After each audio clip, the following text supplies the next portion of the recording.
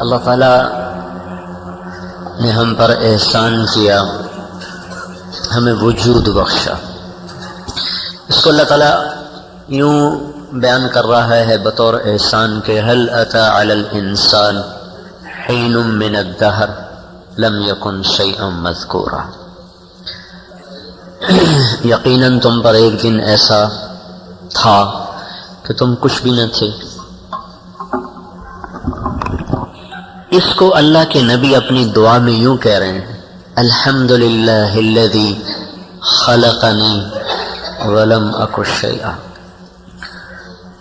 سب تعریفیں اس مالک، اس اللہ کی جس نے مجھے پیدا کیا حالانکہ میں کچھ بھی نہ تھا۔ تو ایک دن میں ایسے یہ دعا، یہ صبح شام کی دعاؤں میں ہے نا، یہ آپ نے مدینے میں کی طرف سفر کرتے ہوئے یہ دعا مانگی تھی، جب آپ ہجرت کر کے مدینے جا رہے تھے، مدینے کے قریب پہنچ کر آپ نے یہ دعا مانگی تھی، یہ دعا مانگی تھی جب آپ ہجرت کر کے مدینے جا رہے تھے، مدینے کے قریب پہنچ کر آپ نے یہ دعا مانگی تھی۔ تو ایک دن مجھے اس جملے پہ غور کرنے کا ایسے ذہن جو منتقل ہوا کہ اللہ کا نبی اپنے بارے میں کہہ رہا ہے جس سے محبوب اللہ کو کوئی نہیں، جن کو اللہ تعالیٰ نے پیدائش کائنات سے بھی پہلے وجود بخشا، جن کی قسمیں کھائیں، تو کہہ رہے ہیں الحمدللہ الذی خلقنی، یا اللہ تیرا شکر ہے تو نے مجھے پیدا کیا، کہاں سے؟ ولم اک شیئا، حالانکہ میرا تو کوئی وجود بھی نہ تھا۔ کتنی نفی ہے اپنی، تو پھر اپنی طرف نگاہ دوڑائی، اوہو ہم تو، ہمارے تو حیثیت کچھ نہیں ہے۔ تو اللہ نے یہ کتنا احسان کیا، محسن اعظم ہے ہمارا اللہ جس نے ہمیں کچھ نہ سے یہ بنایا، اور اب بھی اگر اللہ چاہے تو ہم سے کہہ رہا ہے وَإِن يَشَأْ يُذْهِبْكُمْ، میں تم چاہوں تو تم سب کو ختم ہی کر، سرے سے ہی مٹا دوں، وَيَأْتِ بِخَلْقٍ جدید، کسی اور کو لے آؤں۔ یا اللہ تعالیٰ کہہ رہا ہے وَنُنشِئُكُمْ فِي مَا لَا تَعْلَمُونَ، یا میں تمہاری نسل ہی تبدیل کر دوں، جانور بنا دوں، چوپایا بنا دوں، جو مرضی بنا دوں۔ یا اللہ تعالیٰ ہمیں یوں کہہ رہا ہے کہ ان اخذ اللہ سمعکم وابصارکم وختم علی قلوبکم، میں تمہاری آنکھیں لے لوں، کان لے لوں، دل لے لوں، آنکھوں سے اندھا کر دوں، کانوں سے بہرا کر دوں، عقل کو معاف کر دوں، کیا کرو گے؟ من الہ غیر اللہ یاتیکم بہ، تو تمہارے اللہ کے سوا کوئی ہے جو تمہیں یہ دے سکے؟ اانتم تخلقونہ ام نحن الخالقون، تم اپنے آپ کے خالق ہو کہ تمہارا اللہ تمہارا خالق؟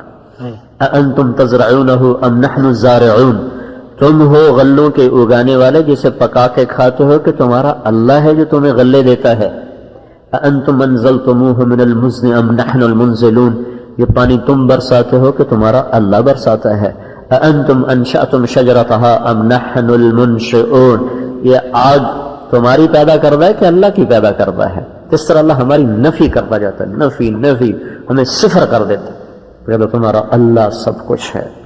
ذالکم اللہ ربکم لہ الملک والذین تدعون من دونہ ما یملکون من قطمیر، یہ ہے تمہارا سچا اللہ جس نے تمہیں مٹی سے پیدا کیا، واللہ خلقکم من تراب، پھر تمہیں نطفے میں بدلا، ثم من نطفۃ، پھر جس نے تمہیں اس سے اگلی شکلوں میں بدلا، ثم خلقنا النطفۃ علقہ فخلقنا العلقۃ مضغہ فخلقنا المضغۃ عظاما فکسونا العظام لحما ثم انشأناہ خلقا آخر فتبارک اللہ احسن الخالقین، یہ تمہارا اللہ ہے جو تمہیں ایسے مٹی سے نطفہ، نطفے سے علقہ، علقہ سے مضغہ، مضغہ میں ہڈیاں، ہڈیوں پہ گوشت، گوشت پہ کھال، کھال پہ نین نقش روپ سارے بنا کر پھر اندر میں روح ڈالتا ہے، اور پھر تمہیں زندگی سکھاتا ہے، ماں کے پیٹ میں کھیلنا، کودنا، اٹھنا، بیٹھنا، سونا، جاگنا، سارا نظام تمہارا بناتا ہے۔ کیا عجیب بات ہے، دنیا میں 5 منٹ سانس نہ آئے آدمی مر جاتا ہے، ماں کے پیٹ میں بچہ 5 مہینے رہتا ہے روح پڑنے کے بعد، 4 مہینے پر روح پیدا ہوتی ہے، روح اندر میں ڈالی جاتی ہے، 5 مہینے بچہ ماں کے پیٹ میں رہتا ہے، ایک سانس بھی نہیں لیتا، 5 مہینے دل دھڑک رہا ہے، پھیپھڑے کام کر رہے ہیں، خون میں گردش ہے، پیشاب پخانے کا نظام چل رہا ہے، غذا جا رہی ہے، سانس نہیں آ رہا۔ کیوں؟ اگر ماں کے پیٹ میں سانس لے گا تو مر جائے گا، باہر آتے ہی سانس لیتا ہے، کیوں کہ اب اگر سانس نہیں لے گا تو مر جائے گا۔ تو بھائیو، اپنے خالق کے احسان کے سامنے سر جھکانا، اپنے رازق کے احسان کے سامنے سر جھکانا، یہ سلیم فطرت انسان اور سلیم فطرت قلب کی اندر کی پکار بن جاتی ہے کہ مجھے اپنے خالق کے سامنے جھکنا ہے، مجھے اپنے مالک کے سامنے جھکنا ہے۔ اب مجھے دیکھ رہے ہیں، میں آپ کو دیکھ رہا ہوں، کتنے لاکھوں نظام اس پہ خرچ ہو رہے ہیں، میں بول رہا ہوں آپ سن رہے ہیں، اس پہ کتنے کروڑوں نظام خرچ ہو رہے ہیں، بیچ میں ہوا کے ذریعے سے بات جا رہی ہے، آپ سمجھ رہے ہیں، میں بول رہا ہوں، میرے ہاتھ کی حرکت ہے، میرے جسم کی حرکت ہے، میری آنکھوں کی حرکت ہے، میں اپنا بول خود سن رہا ہوں، میرا دل اور دماغ اور زبان ایک ہو کر میری بات کو آگے پہنچا رہے ہیں۔ اس میں میرے اللہ کا کتنا پیچیدہ نظام حرکت کر رہا ہے، کسی ایک نظام کو بھی سوچنے لگو تو اس میں کروڑوں نظام ہمیں نظر آتے ہیں جن کو ہم قیامت تک نہیں سمجھ پاتے۔ تو جس رب نے اتنا میرے اوپر احسانات کی بارش برسائی ہو، اس کے آگے سر اٹھانا اس سے بڑی انسانیت کے لیے شرمندگی کوئی نہیں، اور اس سے بڑی انسانیت کی تذلیل کوئی نہیں۔ سب سے بڑی ذلت ہے اپنے خالق کا نافرمان ہو جانا۔ تو بھائیو، اللہ ہمارا محسن ہے، اس کے سامنے سر جھکانا یہ ہمارے اندر کا تقاضا ہے۔ اسی تقاضے کو اللہ نے دین بنا کے لا الہ الا اللہ کی شکل میں ہمارے سامنے پیش کر دیا۔ کوئی غیر فطری تقاضا اللہ ہم سے نہیں کرتا۔ پورا دین اللہ کے بعد سب سے بڑے محسن انبیاء ہیں، جو اپنی ہر چیز قربان کر کے لوگوں کو ابدی زندگی کی خبر دیتے ہیں اور آنے والی جنت اور جہنم کا حال بتاتے ہیں، اور لوگوں کو صحیح اور غلط میں تمیز پیدا کرتے ہیں، اور عدل اور ظلم کو الگ الگ کرتے ہیں، زنا اور پاک دامنی کا فرق سمجھاتے ہیں، تجارت اور سود کا فرق سمجھاتے ہیں، ماں باپ کے احترام کے مقام بتاتے ہیں، نافرمانی کی ہلاکت بتاتے ہیں، عدل کے فضائل بتاتے ہیں، ظلم کی مصیبتیں بتاتے ہیں۔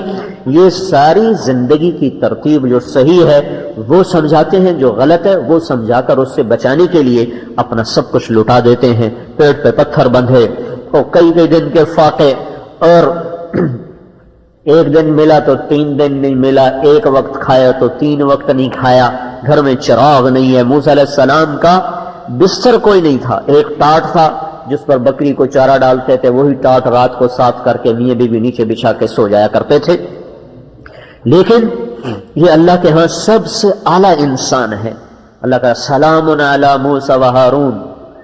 اگر آپ کو کوئی کہے کہ صدر پاکستان نے آپ کو سلام بھیجا ہے، آپ کو کتنی خوشی؟ اچھا مجھے یہ سلام بھیجا ہے؟ تو اللہ کہہ رہا سلام علی ابراہیم کو میرا سلام ہو، سلام علی نوح فی العالمین، سارے جگ میں سے نوح کو میرا سلام ہو، سلام علی موسیٰ و ہارون، موسیٰ و ہارون کو میرا سلام ہو، سلام علی الیاسین، الیاس کو میرا سلام ہو، سلام علی المرسلین، سارے نبیوں کا رب سلام پیش کر رہا ہے، وسلام علی المرسلین۔ تو یہ کتنے عظیم لوگ ہیں کہ جن کا خالق ان کو سلام پیش کرتا ہو، یہ کتنے برتر لوگ ہیں کہ جن کا بنانے والا خود ان کو سلام پیش کرتا ہو۔ انہوں نے اللہ کو کیسا راضی کیا کہ اللہ کی طرف سے ان پر اجتماعی سلام بھی آئے، انفرادی سلام بھی آئے، اور چونکہ ان میں سے ہمارے نبی نے سب سے اعلیٰ درجے پر اللہ کو راضی کیا اور اللہ کے لیے قربان ہوئے، اور اوذیت فی اللہ ما لم یؤذ بہ احد، سب سے زیادہ ستائے گئے، سب سے زیادہ ڈرائے گئے۔ تو جب اللہ نے ان پر سلام کو پیش کیا تو ترتیب بدلی، انداز بدلا، صیغے بدلے، جملے بدلے۔ ان کو ہے سلام علی موسیٰ و ہارون اور سلام علی ابراہیم، اور یہاں ہے ان اللہ، واہ اللہ نے ایک تو لفظ انا کا ہتھوڑا مارا، لیکن سارے شک دور کر دیے، پھر اپنے ذاتی نام کو لائے، صفاتی نام کو نہیں لائے، ان اللہ، پھر اپنے نام کو دوبارہ ذکر کیا حضور کی عظمت کو بڑھانے کے لیے، حالانکہ الملائکہ کا لفظ کافی تھا، الف لام لگا کر بات پوری ہوتی، اللہ نے الف لام کو اڑا کر ضمیر کے ذریعے سے پھر اپنے نام کو دوہری دفعہ ذکر کیا، ان اللہ و ملائکتہ، اللہ اور اللہ کے فرشتے کیا کرتے ہیں؟ یصلون علی النبی، اس نبی پہ سلام بھیجتے رہتے ہیں، اس نبی پہ سلام بھیجتے رہتے ہیں، سلام بھیجتے ہیں نہیں، بھیجتے رہتے ہیں۔ یصلون تفعیل کا ایک مطلب ہوتا ہے تکرار، دوام، استمرار، اس میں تسلسل کا معنی پایا جاتا ہے۔ تو پھر اللہ نے ہم سے کہا یا ایھا الذین آمنوا، ہے تنبیہ کے ساتھ، ندا کے ساتھ، یا ندا، ایھا تنبیہ، پہلے پکارا پھر ہمیں متوجہ کیا، پاگل نہ بنو، بے ہوش ہو کر نہ سنو، غافل ہو کے مت سنو، سنو تمہارا رب کیا کہہ رہا ہے، الذین آمنوا، کیا کرو، صلو علیہ وسلموا تسلیما، تم بھی میرے نبی پر سلام اور صلات پڑھتے رہو، پڑھتے رہو، پڑھتے رہو۔ تو مجھے ایک اس کا مطلب سمجھ میں آیا, میں نے کہیں پڑھا نہیں لیکن لفظ کے لغوی معنی سے یہ مطلب سمجھ میں آیا کہ یصلون, اور ہمیں کہا صلو, پڑھو, موت تک پڑھو. ہم پڑھتے رہتے ہیں, ہمیں بھی کہتے ہیں ہمارے بزرگ صبح شام 100 دفعہ پڑھو درود شریف, پھر زیادہ کی کوئی حد نہیں. ہمارا ایک ساتھی وہ دن میں 14,000 دفعہ درود شریف پڑھتا. تو میں نے کہا تو کیسے پڑھتا ہے؟ کہ بس اللہ نے ہمت دے دی, پڑھتا رہتا. تو اللہ پڑھ رہا ہے, فرشتے پڑھ رہے ہیں, ہم پڑھ رہے ہیں. پھر جب سورج مغرب سے نکلے گا اس کے چند دنوں کے بعد ایمان والے تو مر جائیں گے. ایک انسان مسلمان دھرتی پہ نہ رہے گا, کافر ہوں گے, نپٹ کافر. تو اب زمین پہ پڑھنے والے تو ختم. اب کیا ہوگا؟ یصلون کا مطلب یہ ہے کہ اب اللہ اس کے فرشتے درود پڑھ رہے ہوں گے. پھر ایک وقت آئے گا اللہ دھماکہ کرے گا, فَإِذَا جَاءَتِ الطَّامَّةُ الْكُبْرَىٰ فَإِذَا جَاءَتِ الصَّاخَّةُ الْقَارِعَةُ مَا الْقَارِعَةُ.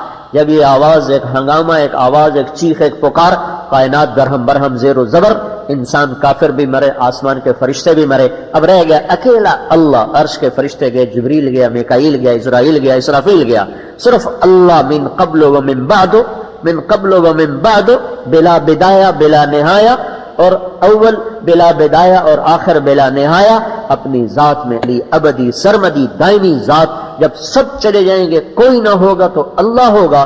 تو یصلون کا تقاضا یہ ہے کہ پھر اللہ اکیلا اپنے نبی پہ درود پڑھتا رہے گا, پڑھتا رہے گا, پڑھتا رہے گا. کیونکہ اللہ کے نبی نے اپنے اللہ کو سب سے زیادہ خوش کیا, سب سے زیادہ خوش کیا. اتنا لگے کہ اللہ نے کہا اتنا تو نہ کیا کر کے خود ہی ہلاکت میں پڑ جائے ہیں. جیسے کوئی بچہ زیادہ محنت کرنا شروع کر دے نا تو وہ کہتا ہے بھائی اتنا نہ پڑھا کر, اتنا نہ پڑھا کر ہے, اتنا نہ پڑھا کر ہے. تو اللہ تعالیٰ کے نبی نے اتنا اللہ کو راضی کرنے میں جان کو کھپایا, گھلایا, کہ اللہ نے کہا میرے نبی اتنا تو نہ کیا کر, فلا تذهب نفسك علیہم حسرات, ہیں اتنا تو نہ کیا کر کے تو خود ہی آہیں بھرتا بھرتا مر جائیں. لعلک باخع نفسک, اپنے آپ کو ہلاک کر بیٹھے گا ان کے فکر میں.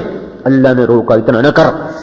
تو نبیوں کا احسان کیا ہے کہ وہ آخرت کی زندگی سمجھاتے ہیں, انسانیت کے صحیح پیمانے بتاتے ہیں, اور نافرمانی اور فسق و فجور کی پرپیچ راہوں سے کہ بیچ میں آ کر کھڑے ہو جاتے ہیں, انسانیت کو دھکیلتے ہیں. وَكَذَلِكُمْ أَنَا آخِذُكُمْ بِحُجَزِكُمْ عَنِ النَّارِ وَأَنْتُمْ تَتَفَلَّتُونَ عَنِّي.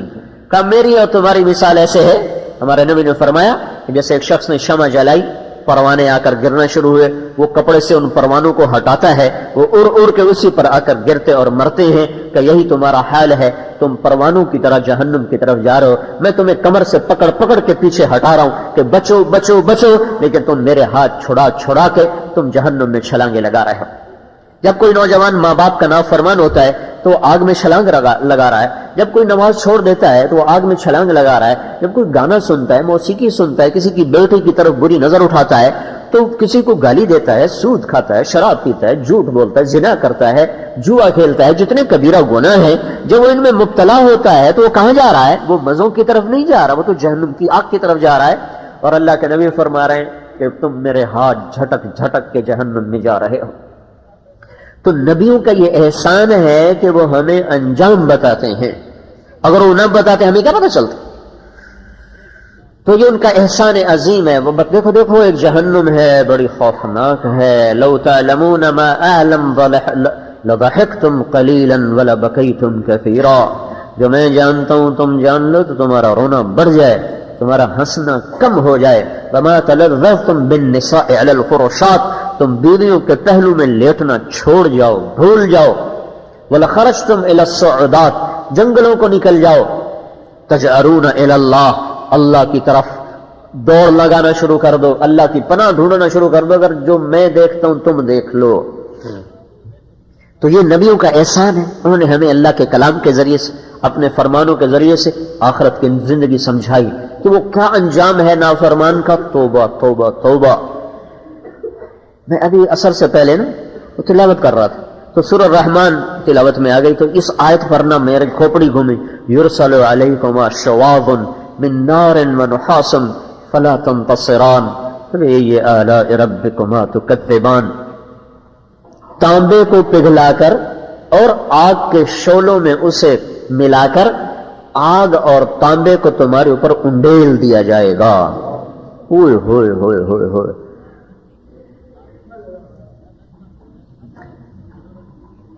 چند دن پہلے وہ ہیٹر کو میرا ہاتھ لگا، سردی تھی، یہ 3 انگلیاں لگی، سارا دن میرا ہاتھ جلتا رہا اور مجھے جہنم بار بار یاد آتی رہی۔ تب ذرا تصور فرمائیں کہ تانبا اور آگ یک جان ہو کر کسی کے اوپر ایسے انڈیلا جا رہا ہو تو نیچے اس کا کیا حال ہوگا۔ فلا تنتصران، اور تم اپنی مدد نہ کر پاؤ گے، تم اپنے آپ کو بچا نہ پاؤ گے۔ کیسے عجیب انداز سے یہ خبر ہم تک آئی۔ سنفرغ لکم ایھا الثقلان، کیسی دھمکی میں، حالانکہ اللہ پاک کوئی مصروف تھوڑا ہی ہے، میں ہماری طرح دفتر میں بیٹھا ہوا ہے، لیکن یہ ایک محاورہ ہے، میں ابھی تمہارے لیے فارغ ہوتا ہوں، ابھی تمہارا بندوبست کر لیتا ہوں، ابھی میں تمہیں ٹھکانے لگا لیتا ہوں۔ سنفرغ لکم ایھا الثقلان، تم دونوں کو میں ابھی اپنے سامنے پیش کرنے والا ہوں۔ یہ اللہ کے نبی نے خبر دی کہ یہ ہونے والا ہے۔ انکم لتموتون کما تنامون وتبعثون کما تستيقظون ثم انها لجنۃ ابدا او لنار ابدا۔ آپ نے ابو سفیان سے کہا، ابو سفیان تم جیسے سوتے ہو ایسے ہی مرو گے، جیسے اٹھتے ہو ایسی موت سے اٹھو گے، پھر ایک طبقہ جنت میں جائے گا، ایک جہنم میں جائے گا، میں نے اپنی بات پہنچا دی۔ تو یہ احسان عظیم ہے نا، میں وہی انجام بتا رہے ہیں۔ یعرف المجرمون بسیماہم، اپنی نشانیوں سے مجرم پہچانے جائیں گے۔ فیوخذ بالنواصی والاقدام، انہیں پیشانی کے بالوں سے پکڑ کر اور ان کے پیروں سے پکڑ کر کیا جائے گا۔ دیکھ رہے ہو، ادھر پیشانی کے بال فرشتے کے ہاتھ میں، ادھر اس کے پاؤں ہیں، جیسے کمان کو نہیں ہم دوہرا کرتے نرم لکڑی کو، اس طرح اس کی جسم کو دوہرا کر کے پاؤں اور گردن کو آپس میں ملا کر اوپر سے زنجیر کو باندھ دیا جائے گا۔ اوہ ہوئے ہوئے، کیا حال ہوگا۔ اور کوئی سزا نہ دی جائے، نہ آگ، نہ پتھر، نہ بچھو، نہ سانپ، نہ بھوک، نہ پیاس، صرف اتنا ہی کر دیا جائے کہ گردن کو کمر کی طرف پھیر کر، پاؤں کو کمر کی طرف پھیر کر زنجیر سے باندھ دیا جائے تو اس کا کیا حشر ہوگا۔ پھر اس کے اوپر ہو رہا یرسل علیکم شواظ من نار و نحاس، آگ اور تانبے کو ملا کر اس کے اوپر بوچھا، پورا پرنالا اس کے اوپر لاؤ۔ اس کے ساتھ اور وَلَهُمْ مَقَامِعُ مِنْ حَدِيدٍ، ہاتھوں میں فرشتوں کے ہتھوڑے ہیں، ایک ہتھوڑا جن انس مل کر اٹھانا چاہیں، انسان جنات مل کے اٹھانا چاہیں، اس ہتھوڑے کو اٹھا نہیں سکتے، ان کے سر کے اوپر بھی مارا جا رہا ہے، کمر پر بھی مارا جائے۔ وَالْمَلَائِكَةُ يَضْرِبُونَ وُجُوهَهُمْ وَأَدْبَارَهُمْ، فرشتے ان کی پٹائی میں لگے ہوئے ہیں۔ یہ انجام اللہ کے نبیوں نے نہ بتایا ہوتا تو ہمیں کیا خبر ملتی کہ نافرمانی کی طرف راہیں جو ہیں وہ کدھر کو لے جا رہی ہیں، نافرمانی کی راہیں کہاں لے جا رہی ہیں۔ یہ انبیاء علیہ السلام کا ہم پر احسان ہوا جنہوں نے ہمیں یہ راستہ بتایا کہ یہ اس راستے کے آخر میں ایسی خوفناک آگ ہے، یطوفون بینہا وبین حمیم آن، اس میں خوفناک انداز میں گھوم رہے ہیں۔ ثم انکم ایھا الضالون المکذبون لآکلون من شجر من زقوم فمالئون منها البطون فشاربون علیہ من الحمیم فشاربون شرب الہیم ھذا نزلهم یوم الدین۔ اے نافرمانو تیار ہو جاؤ، کیا ہوگا؟ تمہیں زقوم کا درخت کھلایا جائے گا جو ایسی بلا ہے، اس کا رس نکال کے ایک قطرہ زمین پہ ڈال دو، 7 زمینیں کڑوی زہر ہو جائیں گی۔ کوئی چیز دنیا میں میٹھی پیدا نہیں ہوگی۔ اے ہم ایک گولی کھاتے ہیں تو پیچھے رکھتے ہیں تاکہ جلدی سے اندر چلی جائے، ہم 1 سیکنڈ کی کڑوا بھوک اور آگ کا عذاب برابر ہوگا۔ ایک حدیث میں آتا ہے پیٹ کی بھوک اور آگ کا عذاب برابر ہوگا، ایسی بھوک لگی ہو، جب روٹی ملے گی تو یہ کھانا ہے۔ پھر اس کے اوپر کیا ہے؟ فشاربون علیہ من الحمیم، پھر تمہیں پانی پینا پڑے گا۔ کون سا؟ حمیم۔ وہ حمیم کیا بلا ہے؟ 1 لوٹا پانی 7 سمندر میں ڈالو، 7 سمندر ابل جائیں گے، 7 سمندر ابلنے لگ جائیں گے، یہ تمہیں پینا۔ کیسے پیو گے؟ شاربون شرب الہیم، جیسے پیاسا اونٹ پیتا ہے ایسے پیو گے۔ یہ کیا ہے؟ ھذا نزلہم یوم الدین، یہ اللہ کی طرف سے نزل ہے، تو سزا کیا ہوگی؟ نزل کس کو کہتے ہیں؟ نزل کہتے ہیں جب ہمارے مہمان آتا ہے تو ہم آتے ہی اس کو گرمی میں ہو تو ٹھنڈا پیش کرتے ہیں، سردی ہو تو گرم پیش کرتے ہیں، اس کے بعد کھانا ہوتا ہے۔ جب کھانے پر کسی کو بلایا جاتا ہے، آتے ہی گرمیوں میں پیپسی پیش کرو، کوک پیش کرو، شربت پیش کرو، سردیوں میں آ جائے تو سوپ پیش کرو، قہوہ پیش کرو، اس کے بعد کھانا لگتا ہے، کھانا اس کے بعد لگتا ہے، یہ جو مہمان کو آتے ہی دیا جاتا ہے وہ بڑا ہلکا پھلکا ہوتا ہے، اصل کھانا تو بعد میں آ رہا ہے، اس کو عربی زبان میں کہتے ہیں نزل، نزل۔ تو ذرا میرے بھائیو اللہ کے واسطے میری بات پہ غور کرو، کڑوے کھانے، کھولتے پانی، خوفناک جہنم کی پکڑ، یہ تو ہے نزل، نزل۔ تو اصل سزا جب ہوگی وہ کیا بلا ہوگی؟ جیسے اس کے برعکس دوسرا انجام نبیوں نے بتایا کہ وَلَكُمْ فِيهَا مَا تَشْتَهِي أَنفُسُكُمْ وَلَكُمْ فِيهَا مَا تَدَّعُونَ نُزُلًا مِّن غَفُورٍ رَّحِيمٍ۔ جنت والوں کے لیے یہ یوں سمجھو جیسے وہ ریمانڈ نہیں لیتے، ریمانڈ تو لتر پولا کرتے ہیں، جو وہ اصل سزا تو نہیں ہے نا، اصل سزا تو اس کے بعد میں ہے۔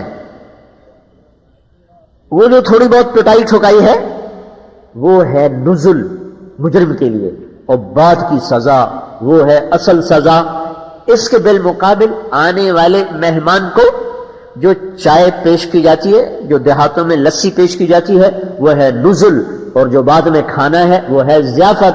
تو اللہ تعالیٰ کہہ رہا ہے وَلَكُمْ فِيهَا مَا تَشْتَهِي أَنفُسُكُمْ، میرے بندو جنت میں جو تم تمنا چاہو گے، تشتہی انفسکم، جس چیز کا کہ تمہارا نفس چاہت کرے گا، وَلَكُمْ، خاص طور پر تمہارے لیے، خاص طور پر جنت میں تمہاری ہر چاہت کو پورا کیا جائے گا۔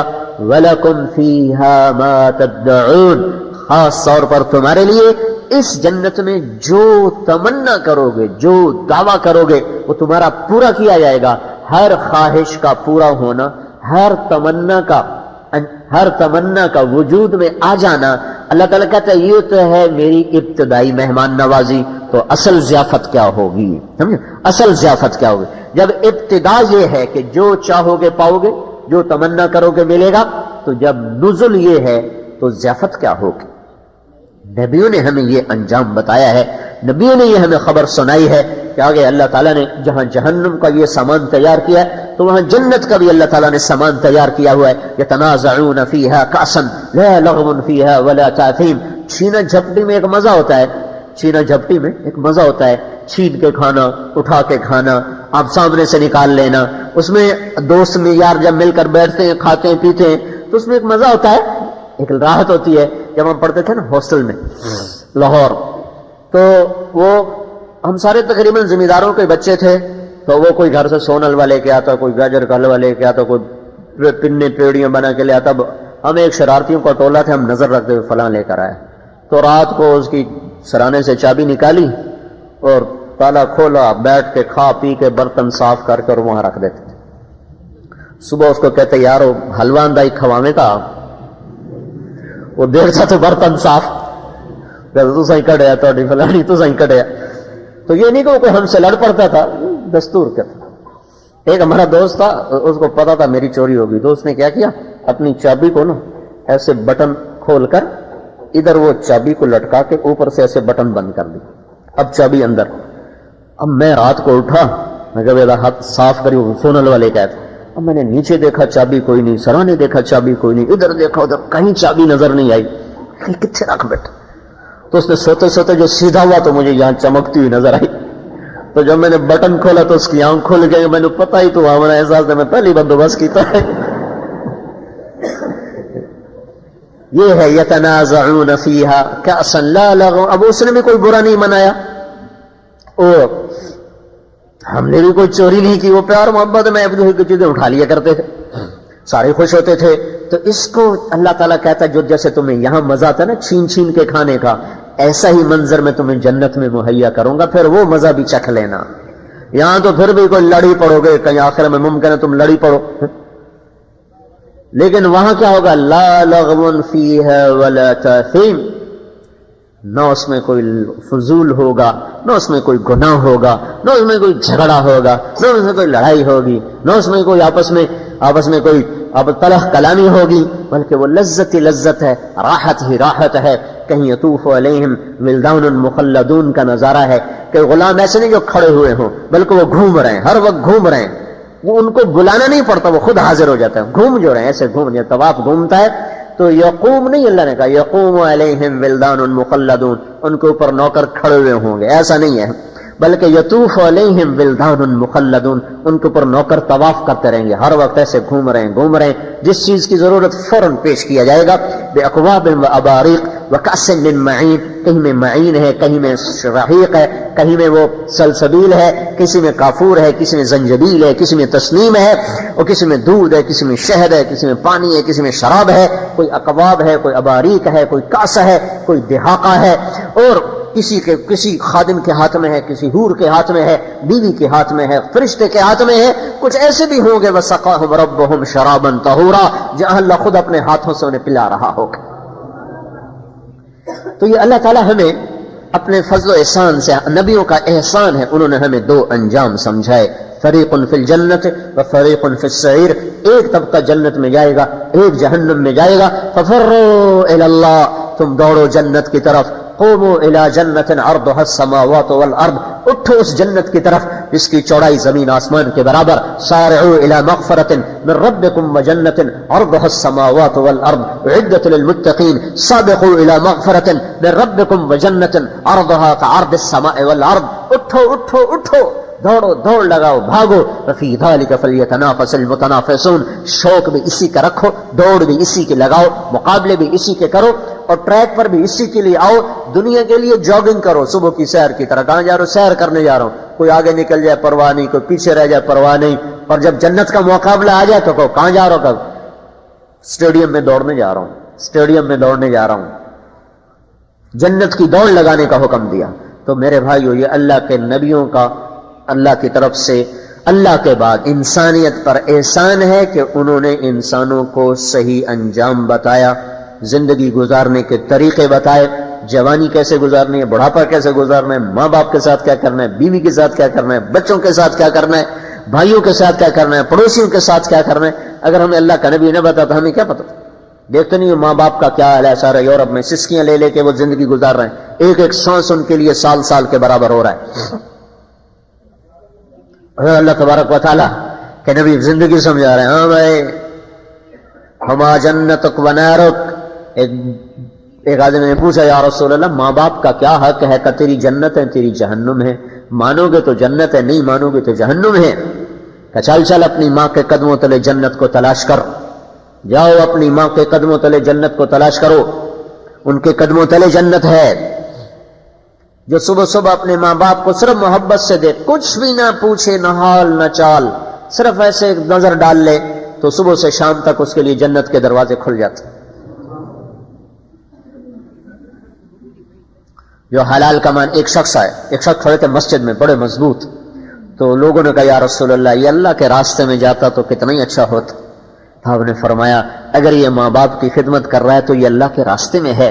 اگر یہ بچوں کو کھلانے کے لیے کوشش کر رہا ہے تو یہ اللہ کے راستے میں ہے. اگر یہ سوال سے بچنے کے لیے مزدوری کر رہا ہے تو یہ اللہ کے راستے میں ہے. کتنی خوبصورت زندگی ہمیں سمجھائی. کہ تم نے سب سے زیادہ میرا قرب وہ پائے گا قیامت کے دن جس کے اخلاق اچھے ہوں گے. ان من اقربکم منی مجلسا احاسنکم اخلاق. کوئی نہیں گھروں میں، کوئی نہیں دفتروں میں، کوئی نہیں ہے. تو اس زندگی کو زندہ کرنا ہے، اس زندگی کو زندہ کرنا ہے، معاشرت میں بھی، عبادات میں بھی، معاملات میں بھی، حکومت میں بھی، عدالت میں بھی، سیاست میں بھی. اس کے لیے محنت کے بغیر کوئی چارہ نہیں ہے. اس کے لیے جہد کے بغیر کوئی، ہمارے پاس جو معاشرت ہے وہ اسلامی نہیں ہے، رواجی ہے، رواجی. ایک بڑا اچھا دیندار خاندان، سب نیک نمازی داڑھی والے، ان کے گھر میں فساد مچاؤ. بہو مجھ سے پوچھے بغیر جاتی ہے، مجھ سے پوچھ کے کیوں نہیں جاتی؟ سارے گھر میں آگ لگا دی اور میاں بیوی کو متنفر کر دیا. بھائی قصور کیا ہے آپ کی بہو کا؟ کہ مجھ سے پوچھتی نہیں اور چلی جاتی. خامد سے پوچھتی ہے؟ کہا خامد سے پوچھتی ہے. آپ سے پوچھنا تو اللہ نے ذمہ ہی نہیں لگایا. بیوی کے ذمے ہے خامد سے پوچھ کے جائے، ساس سسر سے پوچھنا تو اس کے ذمے نہیں ہے. اب دیندار خاندان ہے لیکن علم کوئی نہیں، نیک خاندان، پرہیزگار، گناہوں سے بچنے والے، حلال کھانے والے، نمازی، تہجد گزار، لیکن علم کوئی نہیں ہے، معاشرت کا پتہ کوئی نہیں ہے. ایک بات کی وجہ سے پورے گھر میں آگ لگی ہوئی ہے اور ماں میاں بیوی کے اندر تفرقہ پیدا کر رہی، ماں جننے والی خامن کو بیوی کے خلاف اکسا رہی ہے۔ شیطان کچہری لگاتا ہے شام کو، جیسے ہم یہاں شام کو جمع ہوتے ہیں ابدالی مسجد، وہ شام کو جمع ہوتا ہے سمندر پر، اپنے زور شتونگڑے اکٹھے کرتا ہے، پھر ان سے کارگزاری سنتا، ہاں بھائی کیا کر کے آئے ہو؟ ایک کہتا ہے زنا کروایا، کہتا ٹھیک، دوسرا کہتا ہے قتل کروایا، کہتا ٹھیک، تیسرا کہتا ہے چوری کروائی، ٹھیک، نماز چھڑوائی، اچھا، روزہ چھڑوایا، اچھا، وہ اچھا کرتا رہتا ہے۔ ایک لنگڑا بھیڑتو سا شیطان کھڑا ہو کے کہتا ہے میں نے میاں بیوی کو لڑا دی، کہتا ہے شاباش تو کام کر کے آیا صحیح۔ میاں بیوی میں لڑا دینا اتنا بڑا فساد ہے کہ شیطان بھی اس پہ شاباش دیتا ہے۔ اب ماں نیک ہے، کوئی فسادی عورت نہیں، پر اس کو شریعت کا پتہ کوئی نہیں، وہ اپنی حاکمیت میں کہتی میرے کو پوچھ کے کیوں نہیں جانتی؟ اللہ کی بندی تو اس سے پوچھنا تو شریعت میں ذمہ ہی نہیں اس کے، ہاں اپنے خامن سے پوچھ کے نہ جائے تو پھر وہ مجرم ہے، لیکن خامن سے پوچھا، اس نے اجازت دے دی، تب تیرے تجھ سے پوچھنا تو شریعت میں شامل ہی کوئی، اگر پوچھ لے تو اس کا اخلاقی فرض ہے، اس کے ذمہ کوئی نہیں ہے، وہ مجرم نہیں بنی، نافرمان نہیں بنی۔ میں ایک مثال دے رہا ہوں، آگ لگی پڑی ہے، آگ کہ احکام شریعت کا پتہ نہیں، معاشرت زندہ نہیں، گھر کی زندگی کو پڑھا نہیں، گھر کی زندگی کو سیکھا نہیں۔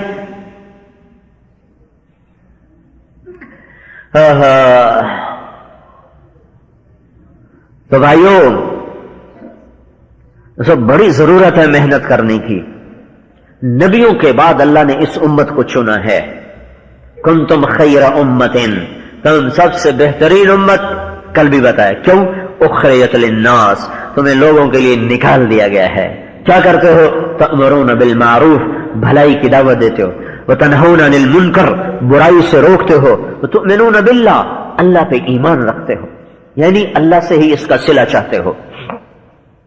یہ امت خوبصورت زندگی کو لے کر، علم کی روشنی کے ساتھ، ذکر کی مٹھاس کے ساتھ، نبوت والے اخلاق کے ساتھ، اللہ کی رضا کے جذبے کے ساتھ، یہ امت گلی گلی پھرتے ہیں اور قریہ قریہ پھرتے ہیں اور اللہ کی صدا لگاتے ہیں۔ میرے بھائیوں، یہ نقل و حرکت اس ایمانی زندگی کی جان ہے۔ امت سے دین کی نسبت پر نقل و حرکت ختم ہو چکی ہے۔ اللہ نے وجتباکم کا، میں نے تمہیں چنا ہے، میں نے تمہیں وجتباکم، میں نے تمہیں چنا ہے، وکذالک جعلناکم امۃ وسطا، اللہ نے ہمیں 4 پھول لگائے ہیں، 4 پھولوں والا فل جرنیل ہوتا ہے، اس کے 4 پھول لگے نا فوج میں تو پورا جرنیل ہوتا ہے، فل جنرل۔ اللہ نے اس امت کو فل جنرل بنایا ہے۔ کنتم خیر امت، ایک پھول تو یہ لگایا، وجتباکم ایک پھول یہ لگایا، وکذالک جعلناکم امۃ وسطا ایک پھول یہ لگایا ہے، لتکونوا شہداء علی الناس ایک پھول یہ لگا۔ اللہ نے ہمیں 4 تمغے دیے ہیں، 4 چاند لگائے ہیں، جو نا 4 چاند لگ گئے، اللہ نے اس امت کو 4 چاند لگا دیے، 4 پھول دے کر، 4 تمغے دے کر، 4 اعزاز دے کر۔ ہم چنے ہوئے کا، تم چنے ہوئے ہو، کوٹھے پہ ناچنے والے بھی اللہ کے چناؤ سے اس امت میں پیدا ہوئی ہے۔ اسے میں کہتا ہوں ناچنے والی کو بھی برا نہ کہو، پتہ نہیں کب توبہ کر کے اللہ کے قریب ہو جائے۔ زانی، شرابی، جواری کو بھی حقیر نہ سمجھو، پتہ نہیں کب توبہ کر کے اللہ کا محبوب بن جائے اور ہم اسے حقیر سمجھ کے ذلیل و خوار ہو جائیں۔ تو اللہ نے ہمیں 4 تمغوں سے نوازا، ان 4 کی ذمہ داری ایک ہے، سب کا خلاصہ ایک ہے کہ میرے پیغام کو لے کر پھرو، تمہارے بیٹھنا تمہاری موت ہے، بیٹھنا تمہارا زوال ہے، بیٹھنا تمہاری ہلاکت ہے، بیٹھنا تمہیں زنگ آلود کر دے گا، تمہاری صفات ماند پڑ جائیں گی، تمہاری ہوا اکھڑ جائے گی، تمہاری ہمتیں پست ہو جائیں گی، تمہاری قوت ضعف میں تبدیل ہو جائے گی۔ میرے اس کام کو لے کر پھرو، میرے پیغام کو لے کر پھرو، اللہ تمہیں اونچا کر دے گا، بلند کر دے گا، تمہاری عزت، تمہارا احترام، تمہارا وقار قائم کر دے گا، عناصر 4 کو تمہاری خدمت میں لگا دے گا۔ آج کل تو اولاد نہیں سنتی، پھر جانور بھی تمہاری سنے گا۔ عقبہ بن نافع رضی اللہ تعالیٰ عنہ جب شمالی افریقہ پہنچے تو تیونس کی فتح میں وہاں چھاونی کی ضرورت پڑی، تو قیروان کا جو شہر ہے یہ اس شخص کے ہاتھوں سے آباد ہوا ہے۔ ان کی مسجد آج بھی وہاں موجود ہے۔ یہ جنگل تھا، 11 کلومیٹر کا جنگل تھا، یہ جگہ موجود تھی چھاونی کے لیے۔ تو اس لشکر میں 19 صحابہ تھے، باقی تابعین تھے۔ تو عقبہ بن نافع رضی اللہ تعالیٰ نے ان کو ساتھ لیا اور ایک ٹیلے پر چڑھ گئے اور جنگل کی طرف منہ کر کے اعلان کیا، یا ایتھا السباع نحن موالی رسول اللہ صلی اللہ علیہ وسلم، اے جنگل کے درندوں، ہم اللہ کے نبی کے غلام ہیں، اس جنگل کو خالی کر دو، 3 دن کی مہلت دے رہا ہوں، 3 دن کے بعد جو ملے گا ہم اسے قتل کریں گے۔ اس واقعے کو عیسائی مورخین نے بھی لکھا ہے، ہمارے مورخ لکھتے ہیں تو ممکن ہے لوگ کہتے ہیں ایسے ہی خوش فہمیاں ہیں، اس کافروں نے بھی اس واقعے کو لکھا ہے۔ اور کیا دیکھا ہے لوگوں نے کہ شیروں نے بچے اٹھائے ہوئے، چیتوں نے بچے اٹھائے ہوئے، بھیڑیوں نے منہ میں دبائے ہوئے نکل رہے ہیں، سانپ نکل رہے ہیں، بچھو نکل رہے ہیں، درندے نکل رہے ہیں۔ 3 دن میں سارا جنگل خالی ہو گیا، 40 سال تک کوئی سانپ بچھو بھی لوٹ کے وہاں نہ آیا۔ اللہ تعالیٰ کائنات کو مسخر کر دے۔ قادسیہ پر حملے سے پہلے خرد و نوش کا سامان اکٹھا کرنے کی ضرورت پیش آئی کہ پتہ نہیں جنگ کتنی لمبی ہو جائے، تو ایک علاقہ تھا میسان، چھوٹا سا علاقہ تھا، تو حضرت سعد بن ابی وقاص نے عاصم بن عمر انصاری رضی اللہ عنہ کو 500 کا دستہ دے کے بھیجا، کوئی چھوٹا سا علاقہ وہ فتح بھی ہو جائے، وہاں سے کوئی جانور مل جائیں تو لشکر کے کھانے پینے کا سامان ہو جائے۔ جب ان لوگوں کو پتہ چلا کہ اس طرح مسلمان آ رہے ہیں تو انہوں نے اپنے سارے جانور، گائے، بیل، بھیڑ، بکریاں جنگل میں جا کے کھڑی کر دی۔ تو جب وہاں پہنچے تو وہاں کچھ بھی نہیں، تو عاصم بن عمر رضی اللہ تعالیٰ نے پوچھا، کہوں بھائی یہاں کوئی کھانے کو جانور مل جائیں گے؟ مگر یہاں تو کچھ نہیں ہے۔ یہ بات ہو رہی ہے بستی میں، جنگل وہاں سے کتنی دور ہے؟ کس نے اس آواز کو وہاں پہنچایا کہ جنگل میں سے آواز آئی، ہاں نحن، آ جاؤ ہمیں پکڑ لو ہم یہاں ہیں، آ جاؤ ہمیں پکڑ لو ہم یہاں ہیں، ہم آہوان صحرا سرخن نہاد برکف بامید آنکھ روزے بشکار خواہی آمد، آ جاؤ ہم یہاں کھڑے ہوئے، ہمیں پکڑ لو، نہ شود نصیب دشمن کے شود ہلاک تیغت، سر دوستاں سلامت کے تو خنجرا سمائی، اور ہم یہاں کھڑے ہوئے، گئے تو ساری گائے سر جھکا کے کھڑی، بکرے سر جھکا کے کھڑے، بیل سر جھکا کے کھڑے، سارا ہانک کے لشکر میں لے کر آئے۔ حجاج بن یوسف کے سامنے یہ واقعہ بیان کیا گیا، انہوں نے کہا میں نہیں مانتا، یہ جھوٹ ہے۔ تو انہوں نے، اس راوی نے کہا اس لشکر کا ایک آدمی ابھی بھی زندہ ہے، اور اسے بلاؤ۔ اسے پکڑوایا گیا، بلایا گیا، تو حجاج نے پوچھا تو انہوں نے سارا واقعہ سنایا۔ تو حجاج نے کہا یہ اسی وقت ممکن ہے جب سارا لشکر متقی ہو، یہ اسی وقت ممکن ہے، اس کے علاوہ نہیں۔ تو انہوں نے فرمایا کہ ان کے اندر کا تو مجھے پتہ نہیں ہے، لیکن باہر کا حال یہ تھا کہ ان سے زیادہ دنیا سے بے رغبت کوئی نہ تھا، اور ان سے زیادہ اللہ کا چاہنے والا کوئی نہ تھا، اور ان سے زیادہ راتوں کو اٹھنے والا کوئی نہ تھا۔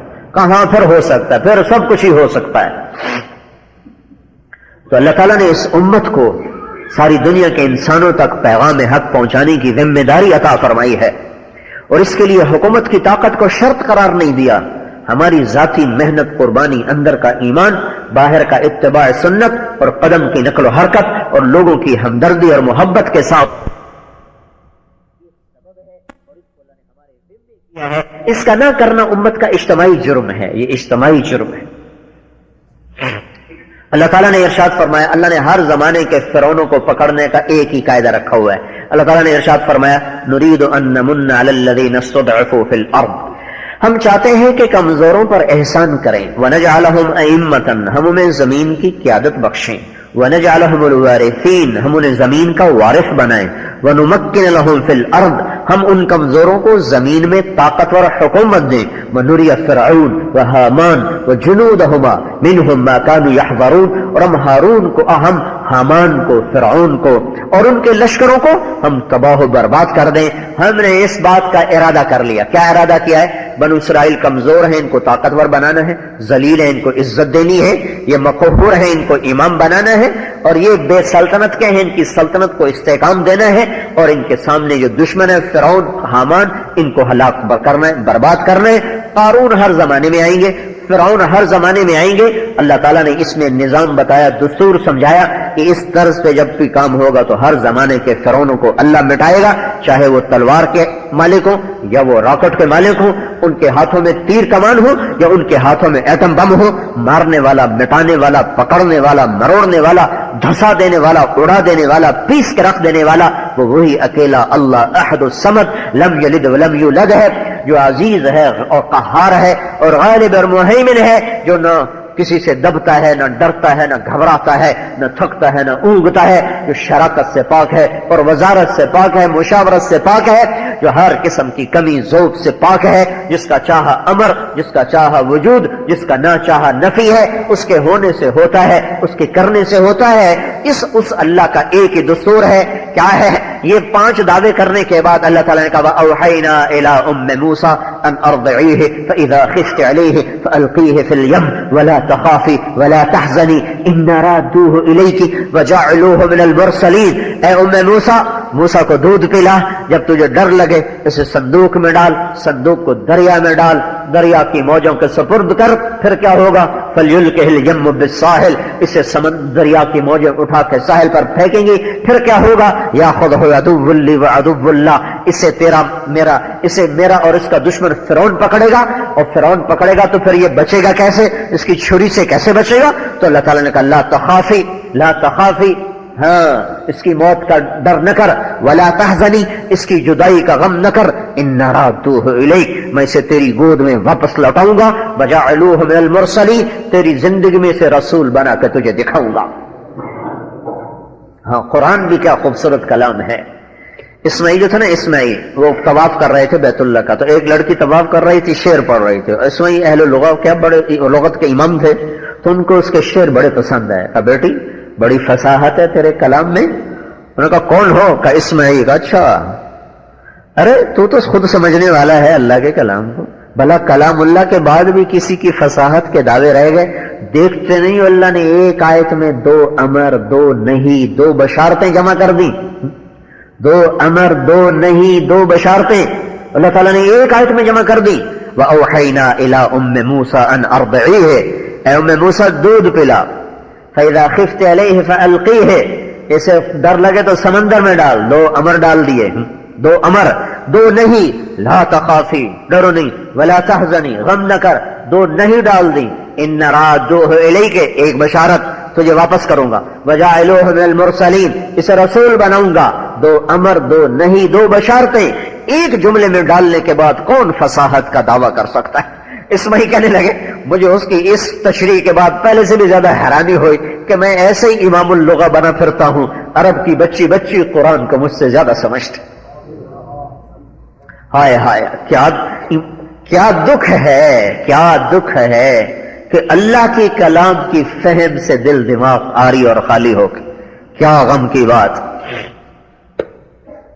5 دعوے، وجود کیسے بخشا؟ ام موسیٰ دودھ پلا، یہاں سے کہانی شروع کی۔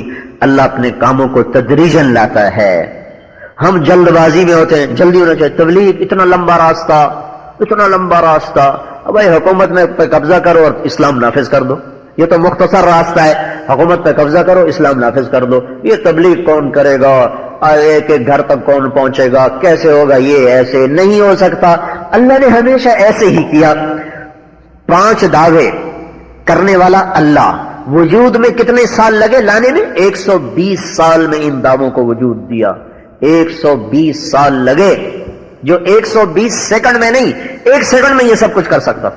فرعون غرق ہو جاتا، حامان غرق ہو جاتا، قارون غرق ہو جاتا، قبطی برباد ہو جاتے، مصری بنو اسرائیل تخت پہ براجمان ہو جاتے، 1 سیکنڈ کی بات تھی۔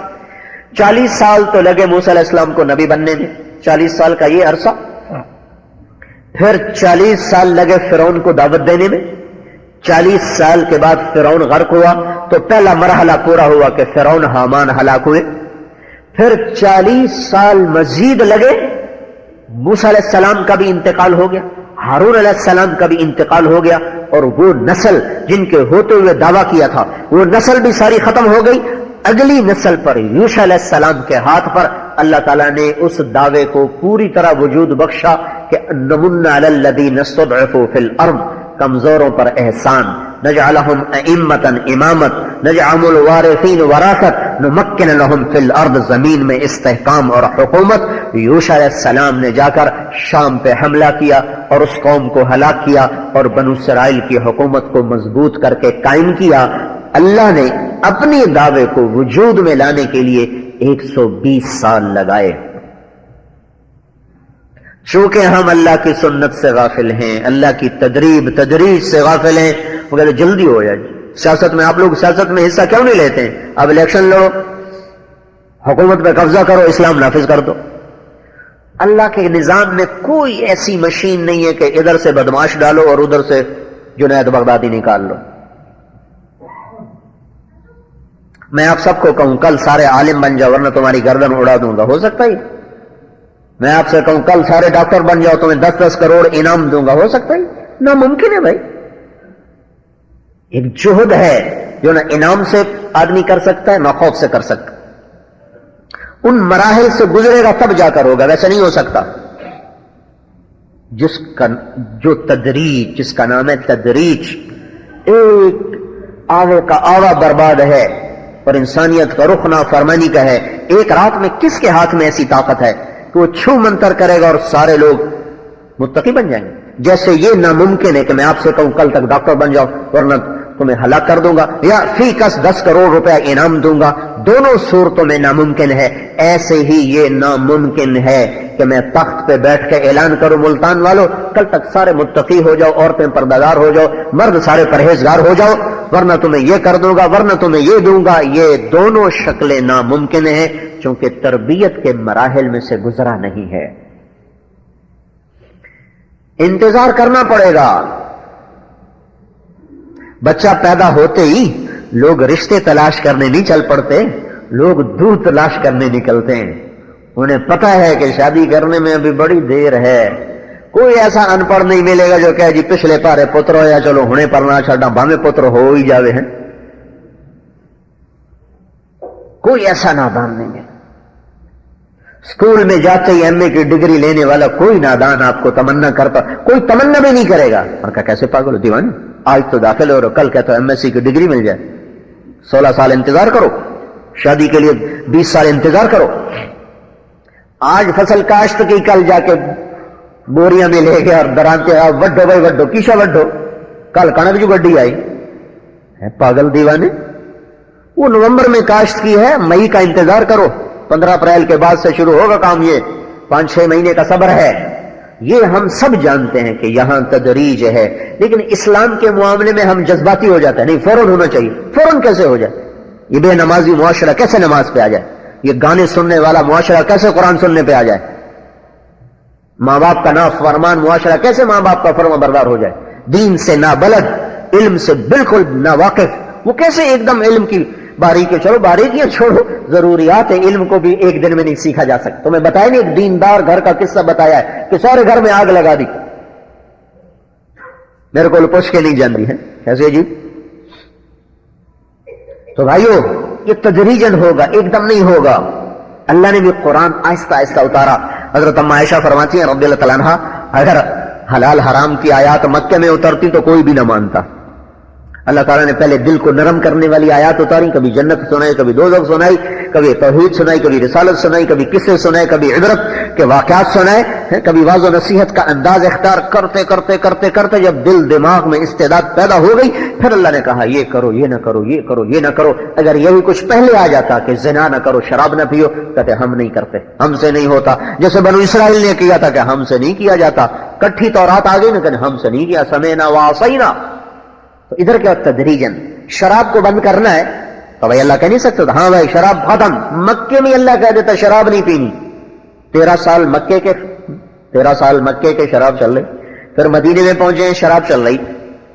اللہ تعالیٰ نے صرف اتنا کہہ دیا فیہما اثم کبیر، دیکھو بھائی شراب بڑی گندی چیز ہے، بس اتنی بات، روکا نہیں، روکنا ہے لیکن ابھی استعداد نہیں۔ فیہما اثم کبیر، دیکھو بھائی شراب بڑی بری چیز ہے، شراب اور جوا بڑی بری چیز ہے، بس۔ پھر کچھ دنوں کے بعد دوسرا حکم آیا، لا تقربوا الصلاة وانتم سکارى، جب نماز پڑھنی ہو نا تو شراب نہ پیا کرو، جب نماز پڑھنی ہو تو شراب نہ پیا کرو۔ تو کیا ہوا؟ 5 وقت روک دیا. جب 5 وقت پہ پکے ہو گئے پھر اللہ تعالیٰ نے تیسری دفعہ حکم اتارا فَهَلْ أَنْتُمْ مُنْتَهُونَ.